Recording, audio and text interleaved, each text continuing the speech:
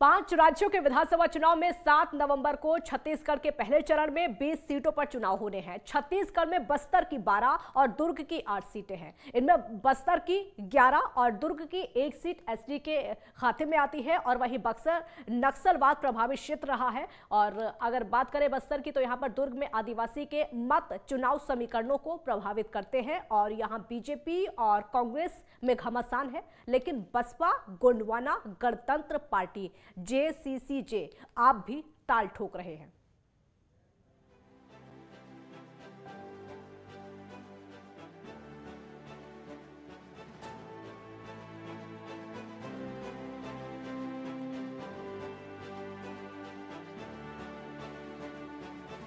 छत्तीसगढ़ में 7 नवंबर को पहले चरण के मत डाले जाएंगे। इसके तहत बस्तर संभाग की 12 और दुर्ग संभाग की 8 सीटें इसमें शामिल हैं। छत्तीसगढ़ की सियासत में बस्तर, दुर्ग के ये इलाके अपना अलग महत्व रखते हैं। कांग्रेस ने पिछली बार बस्तर की 12 में से 11 सीट हासिल की थी और बाद में उपचुनाव में कांग्रेस ने सभी सीटों पर अपना कब्जा जमाया था।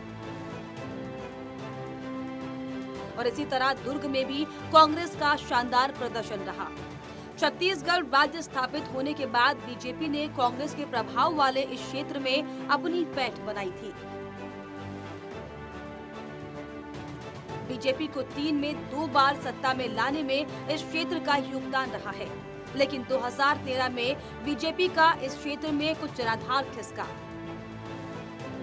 2018 में कांग्रेस ने यहां पर लगभग क्लीन स्वीप की स्थिति बनाई। बीजेपी केवल 2 सीट बचा सकी, जिसमें 1 सीट दुर्ग के राजनांदगांव की सीट थी, जिसमें पूर्व मुख्यमंत्री रमन सिंह चुनाव जीते थे। 5 राज्यों में छत्तीसगढ़ अकेला ऐसा राज्य है जहां पर 2 चरणों में चुनाव है। जहां राजस्थान और मध्य प्रदेश जैसे बड़े राज्यों में एक ही दिन में चुनाव संपन्न होने हैं, वहीं छत्तीसगढ़ में सुरक्षा कारणों से 90 सीटों का मतदान 2 अलग अलग चरणों में किया जाएगा।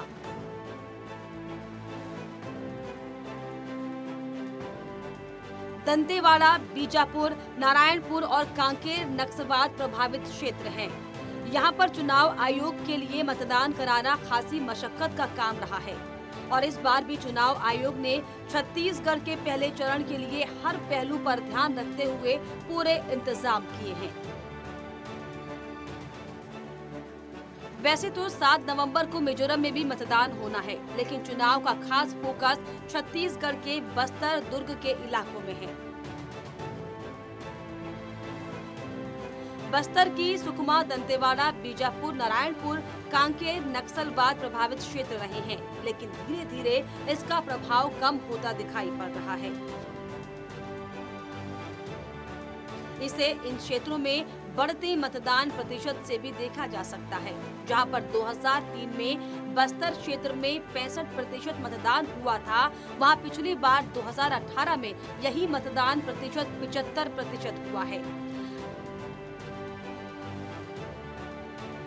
90 के दशक में 40-45% मतदान भी बेहद मान लिया जाता था। कभी बस्तर पर कांग्रेस का अपना प्रभाव रहता था, फिर बीजेपी ने 2003 में इसमें सेंध लगाई। रमन सिंह के नेतृत्व में बीजेपी की सत्ता 15 साल बनी रही। एक बार फिर कांग्रेस ने इस चक्र को तोड़ा। छत्तीसगढ़ की सत्ता के साथ साथ बस्तर, दुर्ग में अपना प्रभाव बनाए रखने के लिए कांग्रेस बीजेपी में संघर्ष हो रहा है।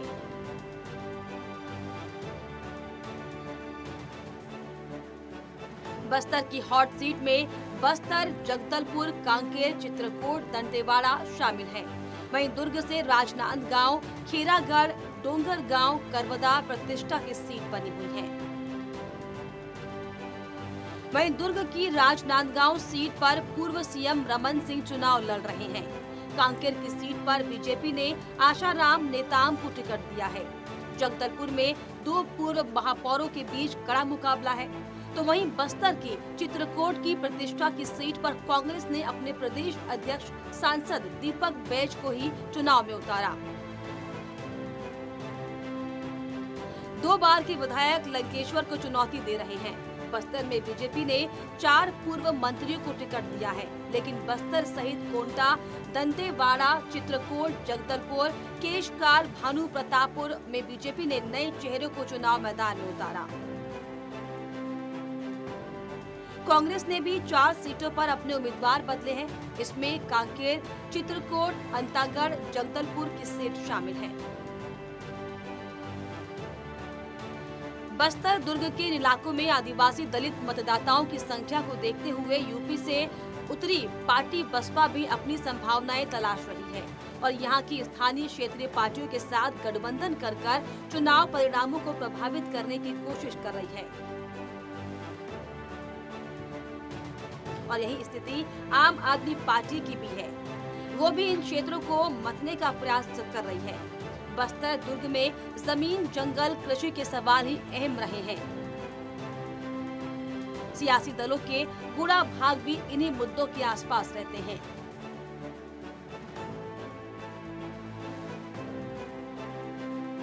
2013 के चुनाव में डॉक्टर रमन सिंह के नेतृत्व में बीजेपी की हैट्रिक जरूर बनी, लेकिन कांग्रेस की चुनौती सामने आई। कांग्रेस ने बस्तर की 8 सीटें जीती, बीजेपी केवल 4 सीट जीत सकी। बीजेपी के दूसरे क्षेत्रों की सीटों के सहारे ही सरकार बनी।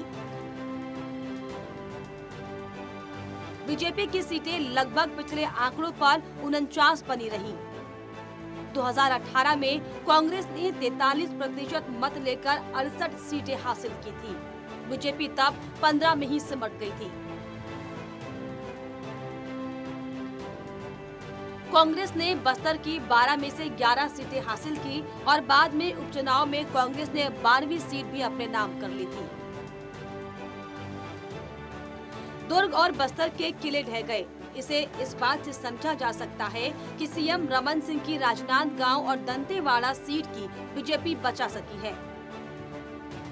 दरअसल छत्तीसगढ़ के क्षेत्र में बीजेपी के लिए जो परिणाम 2013 में आए थे, उस संकेत को बीजेपी समझ नहीं पाई। आदिवासियों में जो नाराजगी थी, उसे बीजेपी ने साधने की कोशिश नहीं की। खासकर नौकरशाही के प्रति लोगों की शिकायत का चुनाव पर सीधा असर पड़ा। कांग्रेस अपने मुद्दों को ज्यादा ठोस तरीके से जनता तक ले गई। 3 बार की सरकार का इंटर इनकम्बेंसी को भी कांग्रेस ने बुनाया।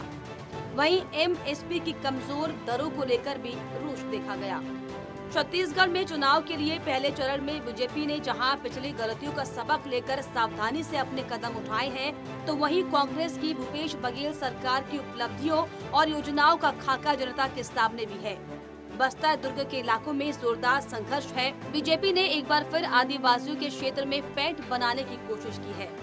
छत्तीसगढ़ के विधानसभा चुनाव के पहले चरण का रण बस्तर और दुर्ग के उन इलाकों में है जहां बीजेपी अपने पुराने गढ़ों को फिर से पाने की मशक्कत कर रही है। बस्तर के क्षेत्र पर ध्यान दिया जा रहा है। बीजेपी ने चुनाव के लिए चेहरा तो बनाया, लेकिन रमन सरकार के 15 सालों के काम भी गिनाए जा रहे हैं। साथ ही साथ लोगों को ये बताया जा रहा है कि केंद्र में मोदी सरकार के चलते माओवादी हिंसा थमी है। इस बार इन क्षेत्रों में धर्म परिवर्तन का मुद्दा अंदर ही अंदर सुलग रहा है। बस्तर में बीजेपी ने 4 पूर्व मंत्रियों को फिर से टिकट दिया है। बस्तर से बीजेपी ने 8 नए चेहरे मैदान में उतारे हैं। साथ ही पीएम मोदी सीधे अपने नाम पर वोट मांग रहे हैं।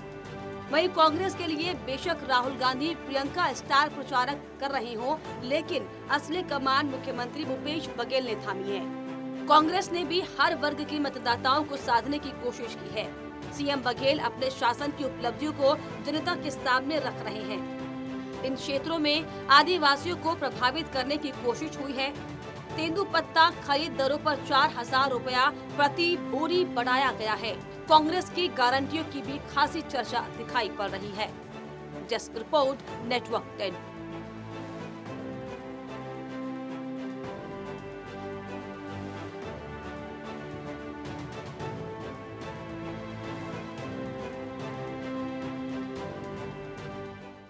एक ब्रेक यहाँ पर रुकेंगे, जल्द लौटेंगे।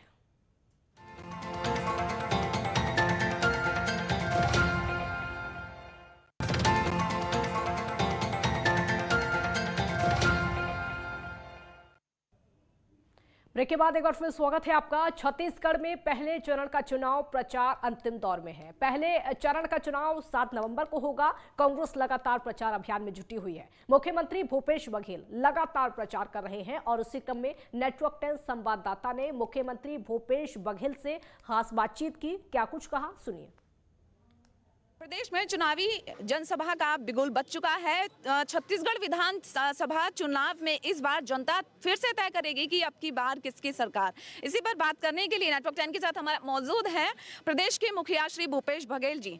सर, आपने गारंटी कार्ड इस बार दोबारा से जनता को दिखा दिया है। कितना भरोसा है कि गारंटी कार्ड पर जनता फिर से भरोसा कर पाएगी? भारतीय जनता पार्टी की गारंटी पे कोई गारंटी नहीं है, लेकिन हमारी गारंटी भी छत्तीसगढ़ की जनता भरोसा करती है, क्योंकि जो हम लोगों ने कहा वो किया। इस कारण से पूरी जनता को हमारी गारंटी पे भरोसा है, और जब भरोसा करेंगे तो हमको आशीर्वाद भी देंगे, वोट भी देंगे। भूपेश जी, इस बार फिर से अहम मुद्दे कौन से हो सकते हैं? मुद्दे तो वही हैं कि अब भारतीय जनता पार्टी के पास कोई मुद्दा नहीं है, और अभी तक के वो घोषणा पत्र तक जारी नहीं किए हैं, जबकि हम लोग 17 घोषणा हम लोगों ने किया था, उसमें एक का इम्प्लीमेंट तो कल ही हो गया। धान खरीदी 20 क्विंटल करेंगे, वो 1 नवंबर से शुरू हो गया, 1 नवंबर से मिल रहा है। कल से ही। तो ये जनता का विश्वास है, जो हम लोग कहते हैं वो करते हैं। रमन सिंह बोल रहे हैं कि जनता के बीच में जाने के लिए अच्छी नीयत की जरूरत है। क्या कांग्रेस की नीयत अच्छी नहीं है सर? अरे रमन सिंह जी अपने क्षेत्र में जाते हैं तो 32 कमांडो, ब्लैक कैट कमांडोज घेर के जाते हैं। हम लोगों को वो स्थिति नहीं है। भूतपूर्व मुख्यमंत्री है और सबसे ज़्यादा सुरक्षा उसकी है, इतना डरे हुए हैं। तो यदि आपकी नीयत साफ होती तो आपको इतने डरने की जरूरत नहीं थी। सर, घोटालों के आरोप कंटिन्यू कांग्रेस पर लगते आ रहे हैं। पीसीएस घोटाले पर क्या कहना चाहेंगे? ईडी जो है दोबारा से दखलंदाजी कर रही है, उस पर क्या कहना चाहेंगे? 3 साल से ईडी आईटी यहीं रह रहे हैं। वो ईडी के अधिकारी अपने बच्चों के एडमिशन तक नहीं करा लिए हैं, है ना। तो वो लगातार यही कोशिश है कि भारतीय जनता पार्टी के आनुषंगिक संगठन की तरह काम कर रहे हैं ईडी और आईटी, और ये छत्तीसगढ़ की जनता जान चुकी है। इसके बहकावे बरगलाने में नहीं आना है। यदि जाँच करना है तो आप बता दें, उसमें नान घोटाले में सीएम सर और सीएम मैडम कौन है? ईडी में शिकायत है ना, क्यों जांच नहीं कर रही है? चिट फंड घोटाला हुआ, हमने लिख के दिया। 6000 करोड़ से अधिक की राशि आम जनता का लूट के भाग गए चिट फंड कंपनी वाले। मनी लॉन्ड्रिंग की इससे बढ़िया उदाहरण दूसरा नहीं हो सकता, लेकिन कोई कार्रवाई नहीं। तो ये तो सेलेक्टिव आप एक्शन इसलिए ले रहे हैं कि सरकार को बदनाम किया जा सके, जबकि भारतीय जनता पार्टी यहाँ है ही नहीं। सर, झीरम खान पे क्या बोलना चाहेंगे? कोर्ट में मामला चल रहा है। राजेश मूणत जी कहते हैं कि दस्तावेज हैं कांग्रेस के पास में। अगर दस्तावेज हैं तो वो प्रेस में क्यों नहीं रिलीज करते हैं? उससे होगा क्या? सवाल इस बात का है कि आप तो कोर्ट को ही नहीं मानते। एनआईए कोर्ट ने आदेश दिया है कि गणपति के पूछताछ करो जिन्होंने सरेंडर किया है, और बता दे एनआईए ने उसे कब पूछताछ की। रमन्ना अब तो नहीं रहे, उससे कब पूछताछ क्यों नहीं आपने की? और दूसरी बात यह है कि इन लोगों का नाम एफआईआर में नाम था जब छत्तीसगढ़ की पुलिस ने दर्ज किया था। एनआईए ने उसका नाम बाहर क्यों कर दिया? किस आधार पे किया? तो नक्सलियों से क्या साठ-गांठ है भारतीय जनता पार्टी का? और दूसरी बात यह है कि भारत सरकार से हम बार बार मांग कर रहे हैं कि आपने जांच पूरी कर ली है, क्योंकि फाइनल रिपोर्ट सबमिट कर दिया है, तब वो हमको दे दीजिए, क्योंकि जो षड्यंत्र हुआ था उसकी जाँच तो आपने की नहीं है। हम उसकी जांच करेंगे। एफआईआर की हम लोग वो दे नहीं रहे हैं। एक एफआईआर हुआ, उसमें जांच शुरू की, फिर कोर्ट चले गए। मतलब भारतीय जनता पार्टी और केंद्र सरकार क्यों झीरम घाटी की जांच करना नहीं देना चाहते? तो ये सबसे बड़ा प्रश्नवाचक चिन्ह यही है। ठीक है सर, प्रधानमंत्री मोदी जी का आज दौरा है, प्लस उसमें उनके कुछ वादे हो सकते हैं। इसमें आपका क्या कहना है? क्या मोदी फैक्टर छत्तीसगढ़ में काम करेगा? मोदी जी प्रधानमंत्री हैं हमारे देश का, लेकिन छत्तीसगढ़ में आके झूठ बोल के चले गए कि धान हम खरीदते हैं। अब इससे बड़ा झूठ और क्या होगा? सर, प्रियंका दीदी और राहुल गांधी जी ने अभी तक बहुत बड़े-बड़े वादे कर दिए हैं। अभी फिर से टाइम होने सब पूरा होगा, सब पूरा होगा। बहुत बहुत शुक्रिया सर। तो ये थे हमारे साथ भूपेश बघेल जी, जिनका साफ तौर पर कहना है कि इस बार जो है बीजेपी फैक्टर नहीं चलने वाला है। क्या जनता जो है कांग्रेस पर यकीन करती है, करेगी? जो वादे और न्यारे किए गए हैं, आखिरकार ये देखना ये होगा कि इस बार जनता अपने हितों के हिसाब से क्या सोच समझकर कौन से नेता को चुनती है। वीडियो जर्नलिस्ट प्रफुल्ल के साथ प्रियंका, नेटवर्क 10, रायपुर। ग्वालियर में फोन टैपिंग मामले पर बीजेपी सांसद निशिकांत दुबे ने कहा कि कल सारी चीजें टाटा फिक्स हो गई, आरोप लगा देने से कुछ नहीं होता, उसके लिए फोन जमा करना पड़ता है, एफआईआर करानी पड़ती है। उन्होंने कहा कि पेगासस मामले में सुप्रीम कोर्ट की कमेटी 5 बार फोन मांगती रही और उन्होंने अपना फोन नहीं दिया। उनको सुप्रीम कोर्ट पर भरोसा नहीं है, सुप्रीम कोर्ट की कमेटी पर भरोसा नहीं है, जांच पर भरोसा नहीं है। सिर्फ आरोप लगाकर आगे बढ़ने से काम नहीं चलेगा।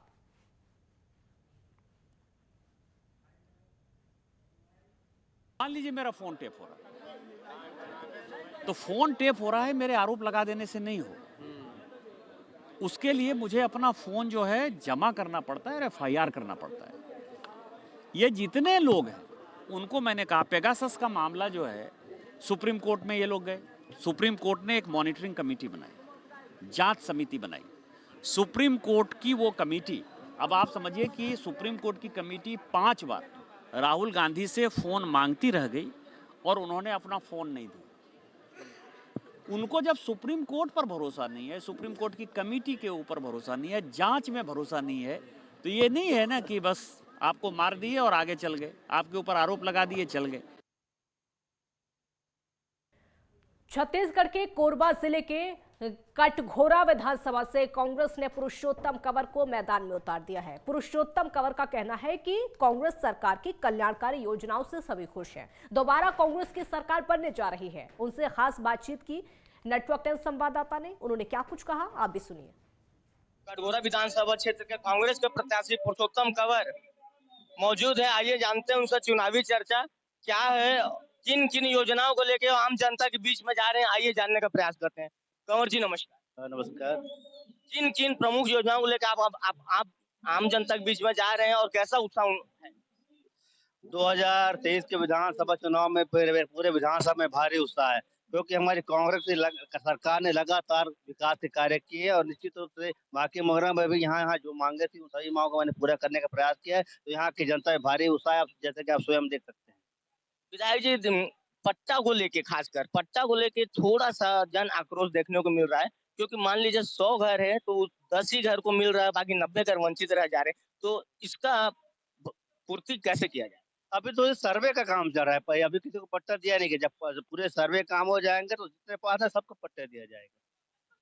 जैसे कटघोरा के कांग्रेस के विधानसभा प्रत्याशी पुरुषोत्तम कंवर जी, इनका मानना यह है कि कांग्रेस की जितनी भी जन कल्याणकारी योजना है उन्हें धरातल पर उतारा गया है और निश्चित ही बहुमत से सरकार बनाने जा रहे हैं, ऐसा दावा है। कैमरामैन मोनू मिश्रा के साथ विकास तिवारी, नेटवर्क 10 कोरबा।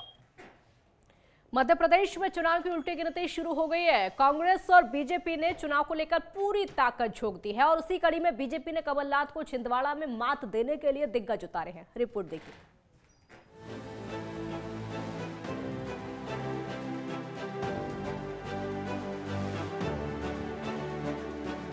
छिंदवाड़ा की सड़कें, कार बाइक शोरूम और बड़े ब्रांडों के कपड़े की दुकानें ये एहसास दिलाती हैं कि जिला मुख्यालय मध्य प्रदेश के बाकी जिला मुख्यालयों से अलग है।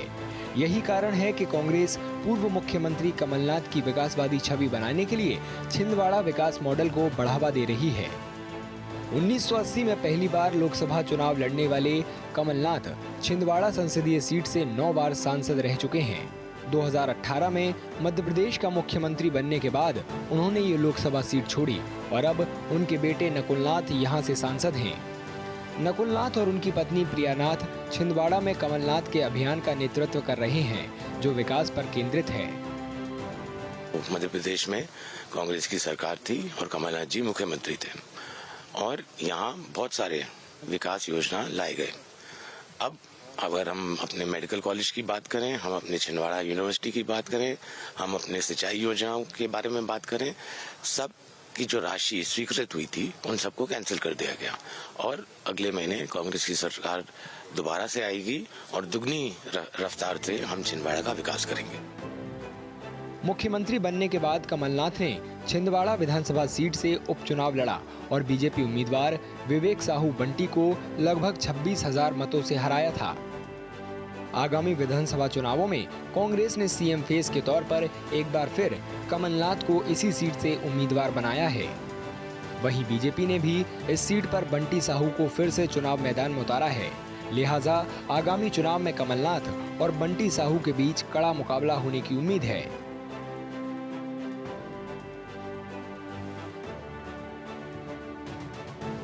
भारतीय जनता पार्टी ने मेरे जैसे छोटे से कार्यकर्ता को इतना बड़ा अवसर दी, और ये दूसरी बार, उस समय कमलनाथ जी मुख्यमंत्री थे, उनके खिलाफ मैं उपचुनाव में लड़ा था और मुझे जिले की जनता ने, मेरे भाइयों एवं बहनों ने मुझे साथ दिया।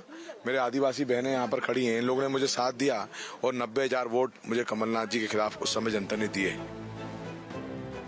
पिछला उपचुनाव हारने के बाद भी बंटी साहू छिंदवाड़ा में लगातार सक्रिय रहे हैं। वो छिंदवाड़ा में बदलाव की अपील करते हुए घर घर जाकर प्रचार कर रहे हैं और मतदाताओं से बातचीत कर रहे हैं। नेता वो होता है जो लोगों के कल्याण के लिए काम करे। कमलनाथ जी एक बिजनेसमैन है, उन्होंने छिंदवाड़े को एक पॉलिटिकल फैक्ट्री के रूप में उपयोग किया। छिंदवाड़ा आने के बाद वो अरबपति खरबपति बन गए, 22 कंपनियों के मालिक बन गए, लेकिन आज हमारी आदिवासी बहनें, हमारे भाई यहाँ ये बेरोजगार हैं। कुछ मतदाता आगामी चुनावों में बदलाव की उम्मीद करते नजर आ रहे हैं। मैं आपको स्पष्ट कर दूं कि अभी तक हम लोग कमलनाथ जी को सपोर्ट करते थे, पर पिछले 5 साल में देखा गया है, और खासकर कोरोना काल में जो काम बंटी साहू ने किया है, हर घर में जाके या पीड़ित घरों में जाके सबसे मिलना और जो भी यथासंभव हो सके सहयोग करना। डेवलपमेंट मेन चीज़ें हैं, बाकी बीजेपी की गवर्नमेंट से अभी तक तो खुश हैं, कहीं से कहीं तक कोई दिक्कत नहीं है। कमलनाथ जी का 70 साल का विकास देख चुके हैं हम लोग, अब एक हाथ चांस बंटी भैया को दिया जाए। आज जो हमारे क्षेत्र का युवा वर्ग है वो सबसे ज़्यादा बेरोजगार है, उसको रोजगार चाहिए, रोजी रोटी चाहिए, काम चाहिए। हमारा सपोर्ट तो बीजेपी को है, क्योंकि बंटी भाई हमारे क्षेत्र के हैं और उन्हें कोरोना काल से लेके उससे भी पहले हमारे इधर की जनता का बहुत देख रेख किया, बहुत ख्याल करा है। कई मतदाताओं ने अभी ये तय नहीं किया है कि वो किसे वोट देंगे, लेकिन जीतने वाले से वो क्या चाहते हैं, इसे लेकर वो स्पष्ट हैं।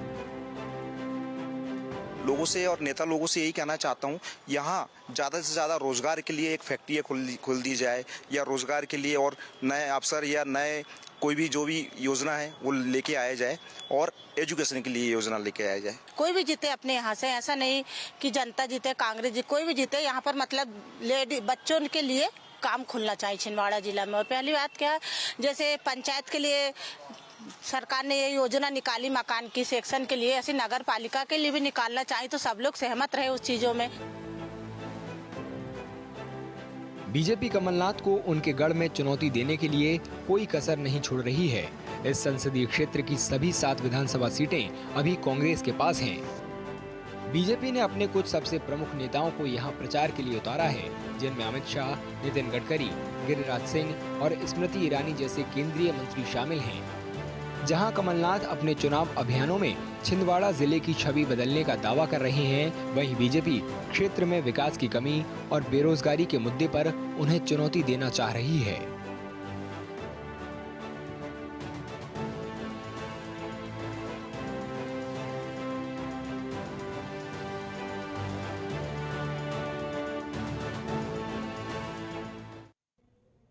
एक ब्रेक के लिए यहाँ पर रुकेंगे, जल्द लौटेंगे।